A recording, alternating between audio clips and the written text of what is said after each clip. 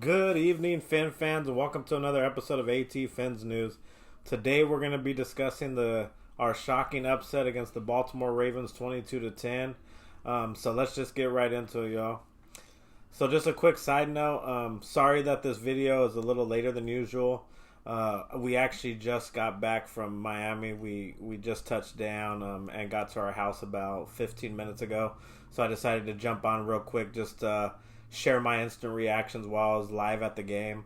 The first thing is man, our defense came to play yesterday, man. On my previous video, I gave some keys to for us to even hang in this game to try to pull off an upset. And let me tell you, the Brian Flores came up with a game plan and executed it to perfection. I said in my last video that we needed to keep Lamar Jackson contained. I know that's easier said than done. He's dynamic. He's faster than most running backs in this league. But, boy, our defensive front and our linebackers shut down Lamar Jackson and the entire running game for that matter. I mean, they were averaging 150-plus yards a game, and we pretty much took their run game out of it. Besides some first downs here and there, running the ball, they had a couple 10-yard runs. We shut them down for the most part. And honestly, seeing it live, that was the best linebacking performance we've had all year. Jerome Baker was even making some plays, and you know how critical I've been of him. Man, our defensive front came to play. They were not going to get bullied around by that offensive line for the Baltimore Ravens. We were in the backfield constantly. Christian Wilkins had a hell of a game. Raekwon Davis made some plays. Jalen Phillips, man, his one play in particular was Lamar Jackson escaped the pocket, and Jalen Phillips' pursuit ability is elite right now. For a defensive end the size of Jalen Phillips, because, man, if you guys haven't seen him live, he's a big boy. He's big, he's strong, he's fast, and for him, one play in particular, I'm sure you guys know what I'm talking about. Lamar Jackson escaped the pocket. Jalen Phillips came from the opposite side of the field, and Lamar Jackson thought he had a running lane for a first down, and Jalen Phillips closed the gap in a second, and he held them to a 3-yard gain. Instead, it looked right from where I was sitting, right when Lamar Jackson took off, I was saying, oh no, there's a first down, because there was a lane. You know how fast Lamar Jackson is, and Jalen Phillips, his pursuit ability is second to none, man. He got there so fast and was able to force Lamar Jackson out of bounds and kept him short of the sticks, and it was really impressive to see. Another bright spot is our two safeties, our young safeties. Javon Holland came to play, man. Every week it seems like he's getting better and better. But this week he put it all together, man. He was all over the field. He was causing pass breakups. He was blitzing off the edge, causing havoc for Lamar Jackson, who was uncomfortable the whole game. You can see it. The only drive he felt comfortable, it seemed like, was the very first one of the day. They went right down the field, real methodical. It was pretty easy for them, and Justin Tucker was able to convert a field goal. But besides that, our defense, man, was shut down, lights out from beginning to end. I know they scored a touchdown in the fourth quarter, but for us to hold this vaunted Baltimore Ravens offense to only 10 points all game, and from snap one, just out physical the Baltimore Ravens. And when's the last time we've seen that? My last video, I was talking about it, how soft we're one of the softest teams in the entire league, and for our defensive line and our defense in general just to show up yesterday and lay wood from the first snap on the whole game to the very end of the game when Justin Coleman got the interception just to really cap off a brilliant night for this defense. I mean, from snap one to the end of the game, they were fighting all night long, and it was just really impressive to watch, especially live, just to see that tenacity, see that grit. And for some fans saying that our team already quit on Brian Flo, it's no chance, man. He has this defense running at all cylinders right now. Even against the Bills, a couple weeks ago, our defense had a great defensive game plan. I mean, our offense just couldn't follow suit, but our defense has been dominant for the last 3 weeks. It was against the Bills it started, the Texans, we dominated them, and then just came to fruition against the Baltimore Ravens and just absolutely took their first option, which is running the ball, out of the game, the whole game. Just completely shut it down. And like I said in the pregame, we have to make Lamar Jackson throw outside the numbers. We don't want these easy seam routes because he can throw down the middle of the field all day, but we need to make him beyond the numbers passer, and that's what the Dolphins did all day. And he had a tough time completing those outs. He had a tough time going to deep against our defense. It was just an excellent game plan, and our defense executed to perfection. I couldn't ask for much better out of this defense. It was just fast. They were all over the football the whole game. They were way better at tackling this game. Besides some hiccups here and there, but for the most part, I mean, once we had a running back or receiver, they weren't going nowhere after the catch or while they were running. They stopped them right in their tracks, and it was just I really enjoyed watching that, especially being live. I appreciate it even more. And then let's go to the offense, man. So the offense was pretty much shut down the entire first half. I mean, what it was 3-3. It was about to be halftime, and then Brissett, with that blown coverage, threw it to Isaiah Ford wide open right before halftime, and that got us down to possibly scoring a touchdown and making it 10-3. But we had some penalties at the wrong times, and Brissett couldn't execute to get us in that end zone. So we went into half up 6-3, but it felt like it could have been 17-3 with the way our defense is. So our offense is still consistently needing to get better, man. They need to be on the same level as this defense, and if we can get our offense playing the same as our defense right now, we could be a scary team, man. We can run the table. Not saying that we are, but our offense just needs to catch up with this defense. And Brissett, I mean, he made okay throws throughout the game until he was taken out or injured. But I mean, from my eyes, watching it live, I mean, I know I get on here and say Tua's not the guy, or from what I've seen, he's not special. But I will say this, after watching both quarterbacks live, Tua, even if he is at 70% with his finger, Brissett gets hurt, Tua comes in, he leads them down the field a few times. He actually brought hope in the game. When Tua came in, you can even hear it in the crowd. Everyone was chanting Tua, Tua. Like, it brought some extra energy. Even though our defense was playing excellent, it brought some fire on that offense, and you can tell. And he made some big boy throws. The one in particular, right before the fourth quarter was about to start, I believe we had a decent play. It was a first down, but it got called back for holding. So we were pushed back 1st and 20, and the fourth quarter is about to start, and Tua takes the snap, and he hit Jalen Waddle on that corner route, the deep corner. It was a big boy throw, man, outside the numbers.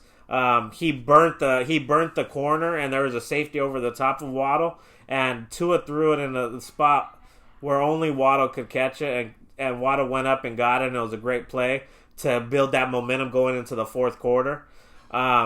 So I would say now, if Tua is healthy enough to be Jacoby Brissett's backup right now and was able to go into that game with a hostile environment, I don't know if you guys noticed it on the TV, but there was a lot of Raven fans there. It was about 60-40 Dolphin Ravens. It was close, man. I was sitting next to a whole bunch of Raven fans in a Raven section, and they were getting loud for whenever our offense was on the field. It was loud, just as loud as it was when their offense was on the field. So it was a back and forth, hostile environment. Tua came in, still a tight game, and he did what he had to do to get this victory for us, man.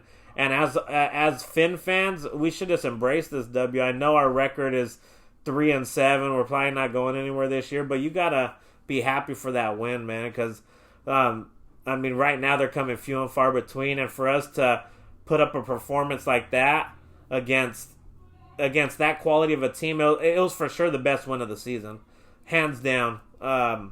For us to shut down that vaunted offense that the Ravens have when a lot of teams can't figure it out, and for us to do it for 4 quarters was impressive. And I'm just so impressed and thankful that we were able to attend this game to see. It might go down as the best victory of the whole entire year, honestly. The way we dominated them. No one expected. If I did predict us winning 24-21 close before the game. That's just really me being a fan and thinking if our defense can shut down Lamar in certain aspects, it would be a close game and we can pull it out at the end. But for us to go in there and dominate, get 2 turnovers, could have been 3, take 1 back to the house by X-Man. It was a really inspiring performance, man. To come out on top 22-10. That's no 3-point victory or 1-point victory. We held it down, man, and we pretty much dominated them from the opening drive on. I wish our offense would have done the same, and it could have been a blowout if our offense would match our defensive level of play. But I did like I said, I liked Tua coming in. It brought a little bit of hope for our fan base and for the team. It even felt like they got up for Tua. I know Jacoby Brissett was trying to go back in. And Brian Flores pretty much told him, no, not so fast. You need to go take a seat on the sidelines for a little bit. Let's see what Tua can get. Because Flo knew Brissett, we could have still probably won the game. It would have been closer maybe. But Brissett wasn't moving the ball consistently enough. And for his defense to put on that performance, he did not want to end up letting the Ravens come back at the last second to win that game. So he betted on Tua, thinking he would give him some energy, which he did. It was the right call by Flo. For all the people that want to bag on him, saying how he makes these horrible decisions, he had a few good decisions yesterday, especially on a couple challenge plays. The one that the tight end, I believe it was Andrews, whenever he caught it low and they said it was a catch right away, I didn't see anything in the replay to think it was even an incomplete pass. So I thought at first, here comes Flores with a bad challenge. But they got that challenge. It was overturned. It turned into, instead of a first down, it was a 3rd and 9, and then our defense gets right off the field after that. That was a big challenge right there. And then, again, putting 2 in. And then even though Brissett wanted to go back in, you can see he was kind of arguing back and forth with Flo, and Flo wasn't having it. He told him to sit down. That was another good decision. I think this was Flo's best coaching game of the entire year. It doesn't get much better than that. And like I said, in the past, we never can beat the Ravens. They always bully us. And it was a welcome sight finding to see us bullying that offensive line that they have. I believe we had 6 sacks yesterday. We were getting after them. Phillips was a madman. Ogba was disrupting everything. It was even worse seeing live, seeing him in the backfield, and he's so big and has such a big wingspan. It was affecting Lamar's little hot routes whenever we're blitzing. He was right in the backfield, putting his hands up, and Lamar didn't even want to throw the ball. He was scared it was going to be tipped up in the air for an interception. So he was disruptive everywhere. It was just an awesome defensive performance, y'all. It was so inspiring to see, and it made me actually proud to be a Dolphin fan, let me tell you.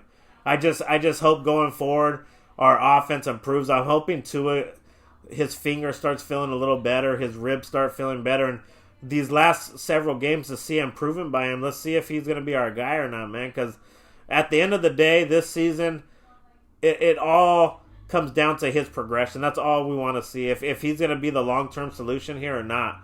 And that's all we have to look forward to each week. So I think from now on, seeing how Brissett played in this game and how he was hurt, and then he tried to come back in and Brian Flores didn't allow it to happen. Like I said, 70% Tua is better than 100% Brissett, man. So let's roll with Tua. Let's see what we have, and if he's not the guy, then he's not the guy. Let's move on in the offseason. But if he turns out to be the guy, we're never going to see it if he's just going to be on the sidelines for the remaining week. So Flores, let's put him in, man. Let's see what we get. And let's start piling up some W's, man. Let's if anything, let's get some wins so the Eagles, like I said, don't have a top 5 pick. Let's push that thing down to 10, 12, 15. We don't need them to have a top 5 pick just to add salt to the wound, you know? So I think this is a jumping board for the Dolphins. I think it's going to give them a lot of confidence towards the end of the year.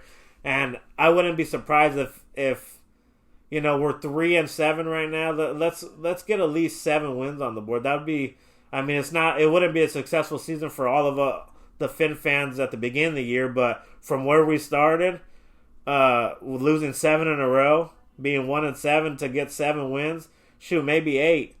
That would be a step in the right direction for next year. At least give us some momentum, and then figure out the quarterback situation. And the last thing I'm going to say on that, if Tua's the guy or not, can we just get it resolved right during the offseason once it starts? Let's not have it linger the whole offseason where it's just building division in the locker room and everyone having their own opinions about it. Either make a trade for a quarterback that you want, or stick with Tua, and that's it. And come out publicly and say it. We're not pursuing anyone else if we're not. And if we are, let's get it done right when the offseason starts so we don't have this lingering issue to keep talking about with the fan base and making the fan base more divided. Let's just get it done. But, guys, that's all I have for you guys today. It was a great win. I'm so proud of this team. I'm so happy that we made the trip from Cali to watch that game because it was really inspiring and a good time, man. So, make sure you like the video, guys, and subscribe to the channel and support it. Other than that, man, fins up. I love you all. Have a good weekend, and peace.